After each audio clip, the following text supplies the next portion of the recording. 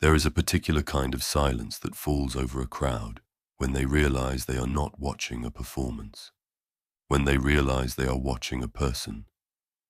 It happened at Coachella last Saturday night.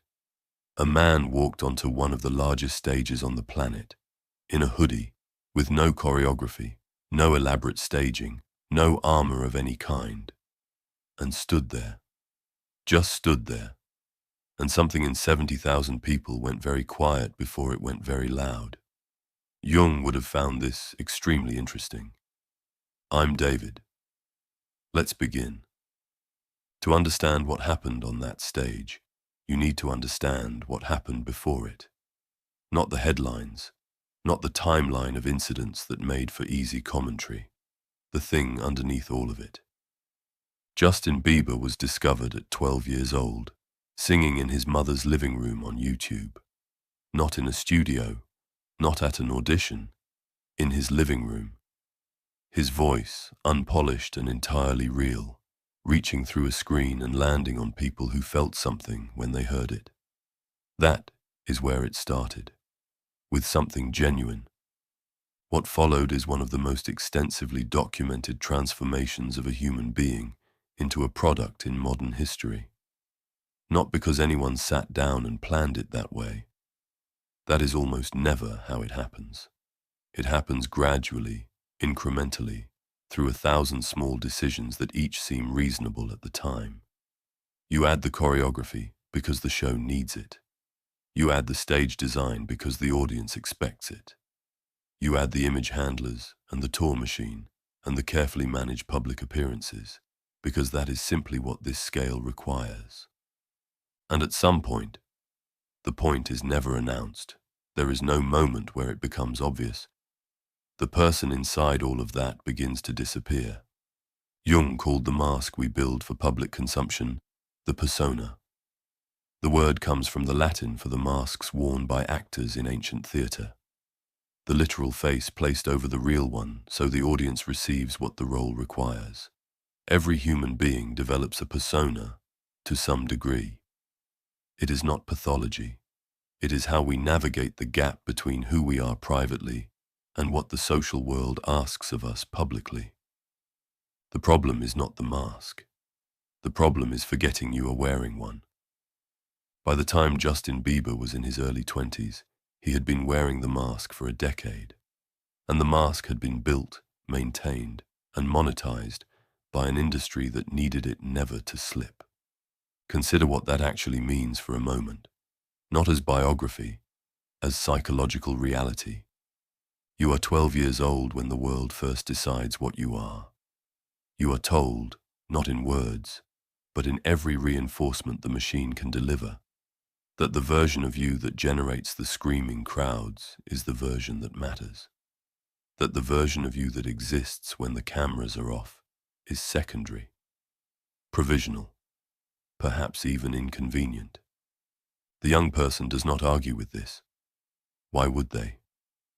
The rewards are extraordinary. The validation is constant, and there is no one standing in the room saying, "Be careful." Because the mask that is making you rich and beloved is also quietly replacing you. Jung understood this better than almost any other thinker of his century. He wrote about the individual who becomes so identified with their persona that they lose contact with what he called the self, the authentic, integrated core of a person that exists independent of any role. The person who wears the mask so long they can no longer find their face underneath it. He would have recognized this pattern immediately. He also would have recognized what comes next, because the persona always extracts a cost. Always. The self does not disappear. It goes underground, into what Jung called the shadow.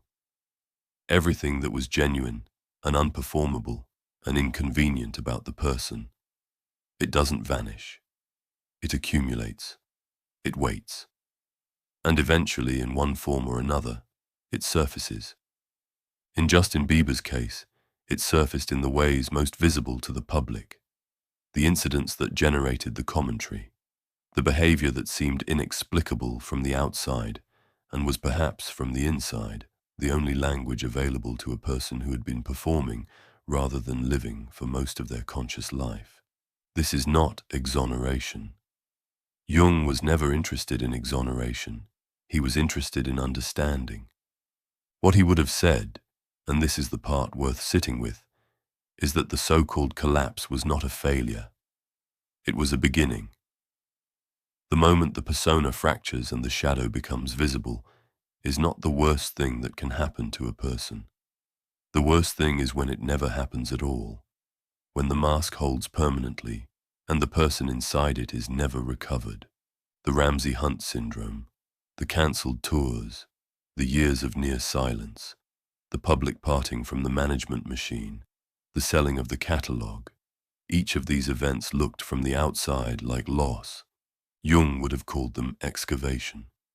And now a brief pause for what the critics said last Saturday. They said he was lazy. They said he didn't deserve the money. They said the Coachella set was stripped back to the point of barely being there. That a performer of his stature owed the audience something bigger, something more elaborate, something that justified the scale of the occasion.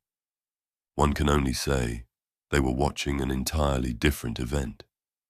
What actually happened on that stage was something far more interesting than a spectacle. And to understand it, you need one more Jungian concept, the one that makes sense of everything else. Jung wrote about a process he called Individuation. It is the central project of a human life in his framework. The gradual, often painful, frequently disrupted work of becoming whole. Not perfect, not fixed, whole, meaning integrated. Meaning that the parts of yourself that were suppressed or denied or buried under layers of performance and expectation have been found and brought home. Individuation is not a destination. It is a direction. And it does not happen on a schedule. It happens when the conditions finally force it, when the old identity has collapsed thoroughly enough that there is simply nothing left to do but find out who is actually there. Justin Bieber walked onto that Coachella stage in a hoodie and did something he had arguably never done at that scale in his professional life. He turned up as himself, not the product, not the persona, the person who was discovered on YouTube at 12, singing because he loved it, in his mother's living room with no performance apparatus of any kind. He brought his laptop. He played old videos. The 12-year-old singing in that living room. He harmonized with himself across 20 years. He stood on that stage and showed the audience not the curated archive but the actual history. The beginning, the real one. That is not laziness. That is courage of a very specific and very difficult kind. There is something else worth naming here. Something that explains why 70,000 people went quiet before they went loud. The audience that has followed Justin Bieber across the last decade is not simply a fan base.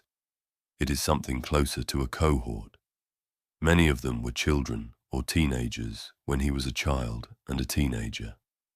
They grew up alongside him, not quite with him, but in parallel, watching through screens, experiencing their own versions of the pressures and fractures and losses that his were simply more visible versions of. His crisis was public. Theirs were private. But the shape of it, performing a version of yourself that eventually costs you something essential, that shape was recognizable. This is what Jung understood about the collective dimension of the psyche.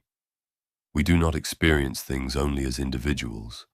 We experience them in resonance with one another. When someone standing in a public space tells the truth about who they are, a truth that connects to something the people watching have been carrying silently. Something moves in the room that is not individual. It is shared. Jung had a concept for this quality of experience, the sense of an outer event perfectly mirroring an inner truth. The moment on that stage was not just Justin Bieber's moment. It was a permission structure, a public demonstration that it is possible, after the collapse, after the years of difficulty, after everything the performance machine takes from you, to come back to yourself. And when they saw that real smile, the one that was not being managed or produced or aimed at any particular effect, they felt it. You cannot manufacture that recognition. It lands in the body before it registers in the mind. Now back to the critics, because they deserve a more serious examination than the one they got. When someone looks at a stripped-back, honest, deeply personal performance and sees only the absence of spectacle, what are they actually responding to? What is the need that is not being met? Jung would say they are looking at their own shadow. The version of Justin Bieber they wanted back. The elaborate stage shows, the synchronized choreography, the carefully constructed public image. That version performed a function for the audience too. It gave them permission to stay at the surface, to experience the spectacle without being asked to feel anything difficult. The mask on the performer allowed the audience to keep their own masks on. The unmasked version asks something different. When a performer stands in front of you without armor and tells the truth about what they have been through, and does it with genuine peace rather than performed peace, you cannot stay entirely passive. Something in you is required to respond. And not everyone, at every moment in their lives, is ready for that. This is not a criticism. It is simply an observation. The person calling it lazy may be the person who most needs what was actually being offered and is the least equipped to receive it at this moment. Jung never blamed the people who turned away from the difficult thing. He simply noted that the difficult thing was still there when they were ready. There is one more element of that Coachella night that requires examination: the laptop moment. He sat down mid-performance and played his own old YouTube videos. The 12-year-old, the bedroom singer, the version of himself that existed before any of the machinery got to him, and he sang along with it, harmonized with himself across 2 decades of distance. Think about what that gesture actually contains. It is not nostalgia. Nostalgia is passive, a sentimental looking back at what was lost. This was something different. This was a man bringing the 12-year-old forward, refusing to leave that version of himself in the past, saying in the most public way imaginable that the person who existed before the industry found him is still present, is still the foundation, that the years of performance and crisis and recovery were not a replacement of that person. They were eventually a return to him. Jung called this reconnection with the original self one of the most significant acts of psychological integration a person can undertake. Not recovering what was lost, recognizing that it was never gone, that underneath all the layers, through all the years, the original person was waiting, and the audience felt it, because many of them have a version of this that is private and unperformed and completely their own. The self they were before the world began to ask them to be something else. The self that was set aside for practicality, or buried under responsibility, or simply forgotten in the daily maintenance of who they are now supposed to be. They watched someone reclaim theirs, and something in them moved toward the possibility of doing the same.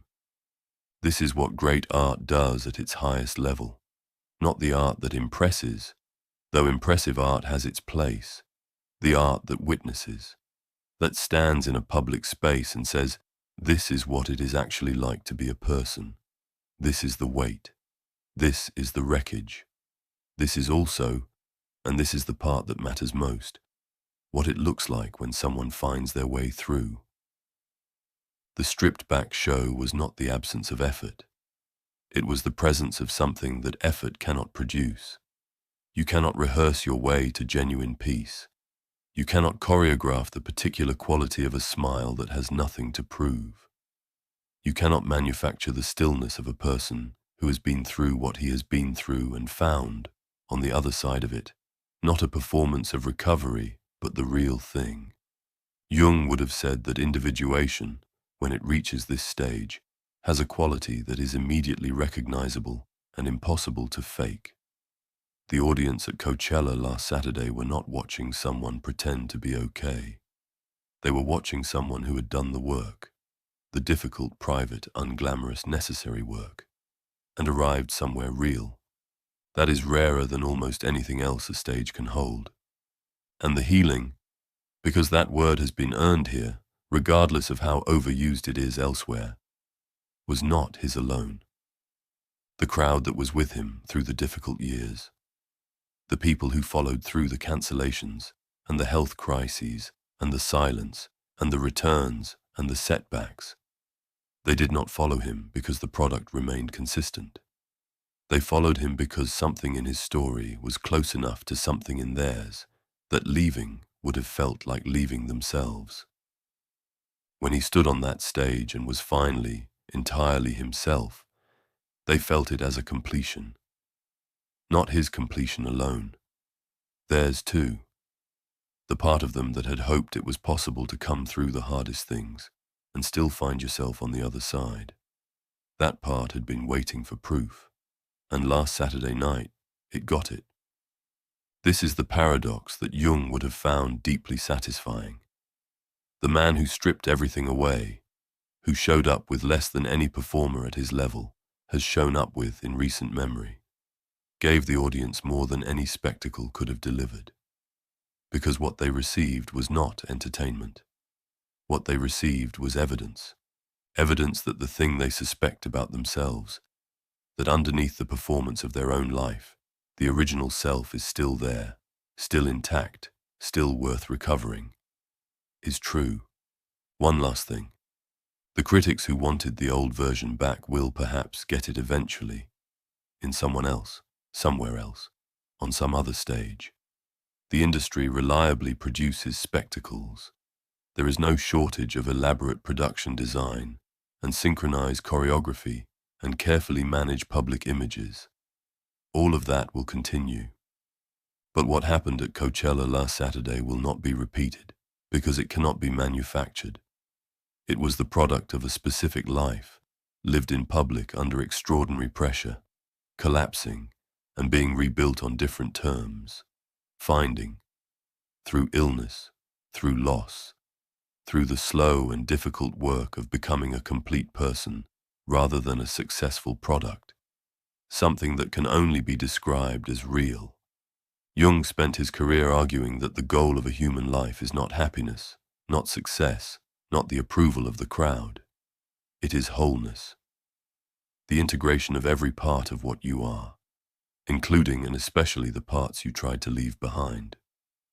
The boy in the bedroom, singing for no audience yet, just singing because it was true. He was there on Saturday night.